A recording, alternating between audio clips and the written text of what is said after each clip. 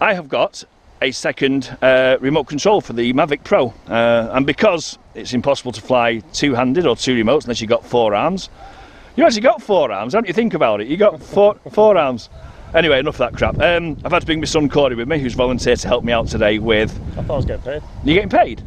You thought you were getting paid? Alright, I'll make you a cup of tea later. I'll do. So he has got the second remote. Now that's set up as a slave and it's done through the linking process. I'll go through that in another part of the video. I've got the master remote, he's got the slave remote. So let me just see now if you can start the quad with the slave remotes. Yeah. Okay, you can start it. So just lift the quad in the air for me. Okay, so the quad's in the air like that now, okay? Just take it for a little fly around. Just a little bit, that'll do. Just take it around the circle. Okay, going to start recording now. So as you can see, the slave remote works fine. Just bring it round back over towards here again. Okay, just bring it to a stop there, it's fine.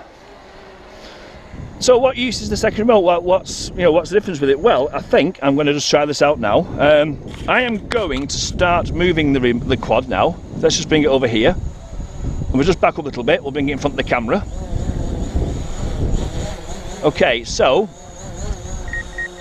Oh, let's just turn it around to face the camera, that'll do. Right, so I'm going to go sideways like this. Now, if I'm moving sideways, is Corey able to do anything with the sticks?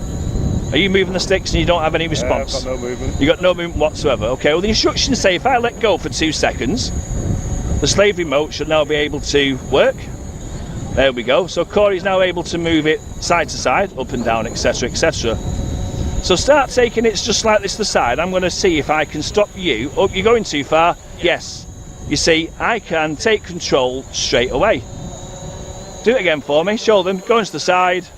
And I can stop you straight away and bring it back. And you've got no control whatsoever of the quad itself. Okay, can you start recording or stop the recording?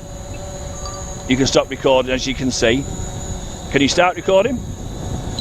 Yep. That's okay. Can you turn off the VPS by hitting this little icon at the top of your screen? Which one? It's next to the remote control icon, the little one there, between the satellite and the remote. Can you turn off VPS?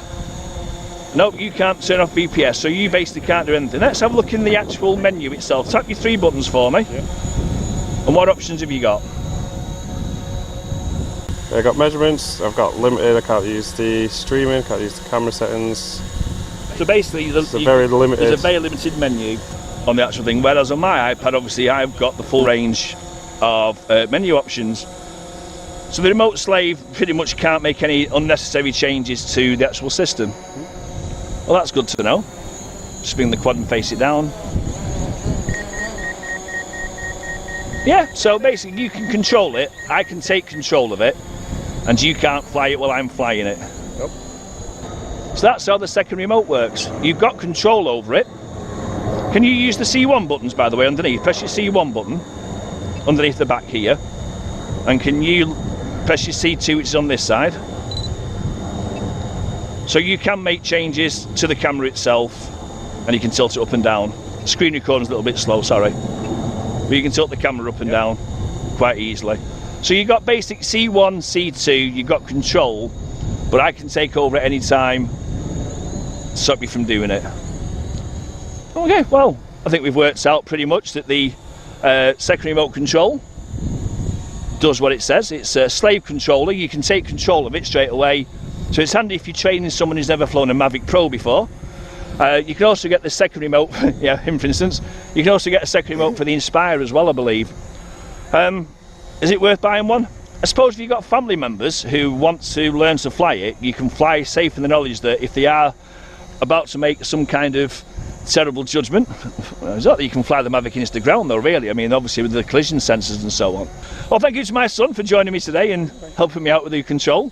And I believe we've got Phil coming up in the background. That's it. Thanks very much for watching. I'll see you next time.